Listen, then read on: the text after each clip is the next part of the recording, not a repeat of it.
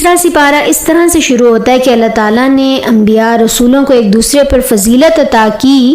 انبیاء اور رسولوں کی سب سے بڑی فضیلت تو یہی ہے نا کہ اللہ تعالیٰ نے انہیں نبوت اور رسالت عطا فرمائی۔ اس لحاظ سے ان میں کوئی فرق نہیں ہے۔ یہی وہ چیز ہے جس کے متعلق رسول صلی اللہ علیہ وسلم نے فرمایا کہ مجھے کسی پیغمبر پر فضیلت نہ دو، نیز یہ بھی فرمایا کہ کسی پیغمبر کو کسی دوسرے پر فضیلت نہ دو، حتیٰ کہ مجھے یونس بن متی پر بھی نہیں، اور یہ بخاری کی روایت ہے۔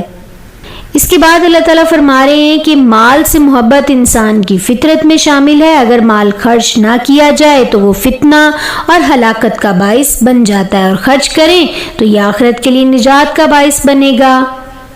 آیت الکرسی کے بارے میں ابی بن کعب سے روایت ہے کہ آپ صلی اللہ علیہ وسلم نے مجھ سے پوچھا، جانتے ہو کتاب اللہ کی سب سے عظمت والی آیت کون سی ہے؟ میں نے کہا کہ اللہ اور اس کے رسول صلی اللہ علیہ وسلم جانتے ہیں۔ آپ صلی اللہ علیہ وسلم نے پھر پوچھا، میں نے کہا آیت الکرسی۔ آپ صلی اللہ علیہ وسلم نے میرے سینے پر ہاتھ مار کر فرمایا، ابو منذر تمہیں علم مبارک ہو، اور یہ مسلم کی روایت ہے۔ اللہ تعالیٰ اقتدار اعلیٰ کا مالک، نقص سے پاک اور زندہ و جاوید ہستی، نہ انہیں اونگ آتی ہے اور نہ ہی نیند۔ کائنات اور اس کی وسعت لامحدود ہے، اس کا احاطہ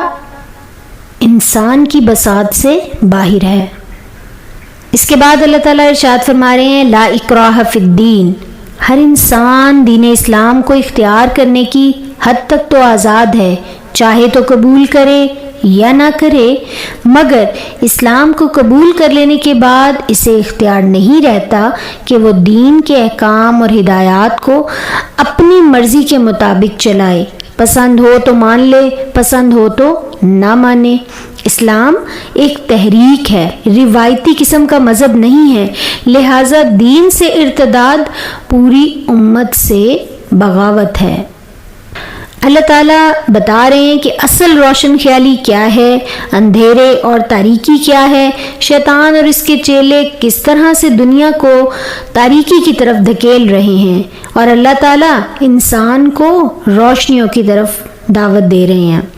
اس کے بعد ابراہیم علیہ السلام اور نمرود کا مکالمہ ہے کہ نمرود اپنے آپ کو بہت بڑی طاقت سمجھتا تھا، اور اللہ کے نبی ابراہیم علیہ السلام نے انہیں چیلنج کیا کہ اللہ تو سورج کو مشرق سے نکالتے ہیں، بھئی تم ذرا اسے مغرب سے نکال کر دکھا دو۔ پھر اللہ تعالیٰ نے زندگی اور موت کی حقیقت کے لیے چند مثالیں پیش کی ہیں۔ ابراہیم علیہ السلام نے بھی اللہ تعالیٰ سے کہا کہ مجھے دکھا دیجئے کہ آپ مردوں کو کیسے زندہ کرتے ہیں، تو اللہ تعالیٰ نے پھر ان کے لیے بھی ایک معجزہ کر کے دکھایا۔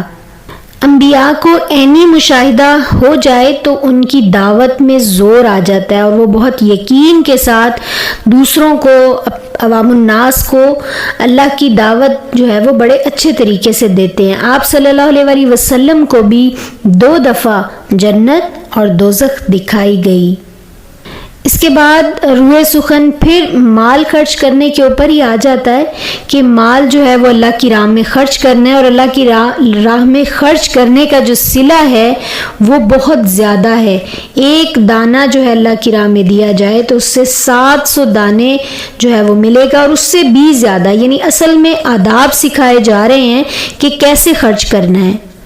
اللہ تعالیٰ نے بہت سی مثالیں دے کر سمجھایا کہ اللہ کی راہ میں کس طرح سے خرچ کرنا ہے، احسان نہیں جتانا، خراب مال نہیں دینا، اور جو نہیں مانگتے، جو سفید پوش لوگ ہیں، انہیں تلاش کر کر کے انہیں دینا ہے۔ ٹھیک ہے، مال خرچ کرنا ایک بہت بڑی نیکی ہے، اور اس کا اجر تب ملے گا جب ہم نے پورے دل کے ساتھ، اخلاص کے ساتھ اور دل کی آمادگی کے ساتھ جو ہے وہ خرچ کیا۔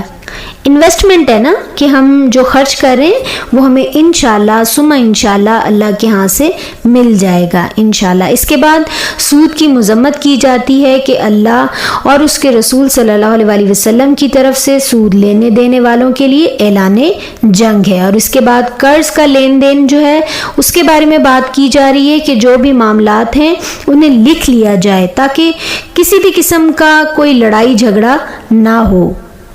اس کے بعد سورہ آل عمران اللہ تعالیٰ کی حمد و ثنا کے ساتھ شروع ہوتی ہے، اور پھر اللہ تعالیٰ بتا رہے ہیں کہ اللہ نے تورات اور انجیل نازل کی، اور پھر اللہ تعالیٰ نے فرقان یعنی یہ کلام الہی قرآن پاک نازل کیا، اور پھر اس میں اللہ تعالیٰ بتا رہے ہیں کہ اللہ نے محکمات آیات اور متشابہات جو آیات ہیں وہ نازل کی ہیں۔ محکمات آیات پختہ آیات ہیں کہ یہ کرنا ہے، یہ نہیں کرنا، اور جو عقل والے لوگ ہوتے ہیں وہ محکمات کے پیچھے ہی چلتے ہیں۔ اس کے بعد مرغوبات نفس کی بات کی گئی ہے کہ انسان جو ہے وہ بڑی آسانی سے مرغوبات نفس جو دنیا کی چند روزہ زندگی کے سامان ہیں ان کی طرف بڑی آسانی سے لپک جاتا ہے۔ ان سے دنیا کے مال سے محبت جو ہے وہ اتنی زیادہ نہیں کرنی کہ آخرت جو ہے وہ بھول جائے، اور ان کو جو ہے وہ مانگنا بھی ہے، جیسا کہ ہم نے سورہ بقرہ میں ہی پڑھا کہ جو دوسری کیٹیگری کے لوگ ہیں وہ دنیا اور آخرت دونوں مانگتے ہیں کہ اللہ میں دنیا کی بھی بھلائیاں دے اور آخرت کی بھی۔ اس کے بعد اللہ تعالیٰ اہل تقوی کی نشانیاں بتا رہے ہیں کہ وہ ایمان والے ہوتے ہیں، استغفار کرتے ہیں، صبر والے ہوتے ہیں، سچے لوگ ہوتے ہیں، فیاضی سے کام لیتے ہیں اور قیام اللیل کرتے ہیں۔ اور اللہ تعالیٰ یہ بتا رہے ہیں کہ ہر انسان کو اس کی کمائی کا پورا پورا بدلہ ملے گا، اور اللہ کی قدرت اور مالکیت کے حوالے سے آیات ہیں، اور اللہ تعالیٰ یہ بتا رہے ہیں کہ اللہ کی محبت اگر حاصل کرنی ہے نا تو اس کا ذریعہ، واحد ذریعہ اطاعت رسول صلی اللہ علیہ وآلہ وسلم ہے۔ اس کے بعد حضرت مریم علیہ السلام کی پیدائش، پرورش، ان کی پاکیزگی، حضرت یحییٰ علیہ السلام کی اعجازی پیدائش، عیسیٰ علیہ السلام کی معجزاتی پیدائش، ان کے معجزات کا ذکر، اور پھر وفد نجران جو ہے آپ صلی اللہ علیہ وآلہ وسلم کے سامنے آیا، اور ان کے سامنے یہ تمام حقیقتیں اللہ تعالیٰ نے کھول کر رکھ دی، اور اہل کتاب سے بھی اللہ سوال کر رہے ہیں کہ آخر کیا وجہ ہے کہ تم ایمان نہیں لاتے،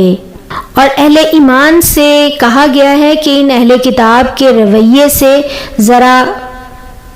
بچ جاؤ، یہ تمہارے ہرگز بھی کسی طرح سے بھی تمہارے دوست نہیں ہیں۔ اور پھر اللہ تعالیٰ خبردار کریں کہ جو ایمان لانے کے بعد کفر اختیار کرتا ہے اللہ تعالیٰ اسے پھر بار بار ہدایت نہیں دیتے، اور اگر وہ روئے زمین بھر کر بھی سونا فدیے میں دے دیں تو وہ فدیہ قبول نہیں کیا جائے گا۔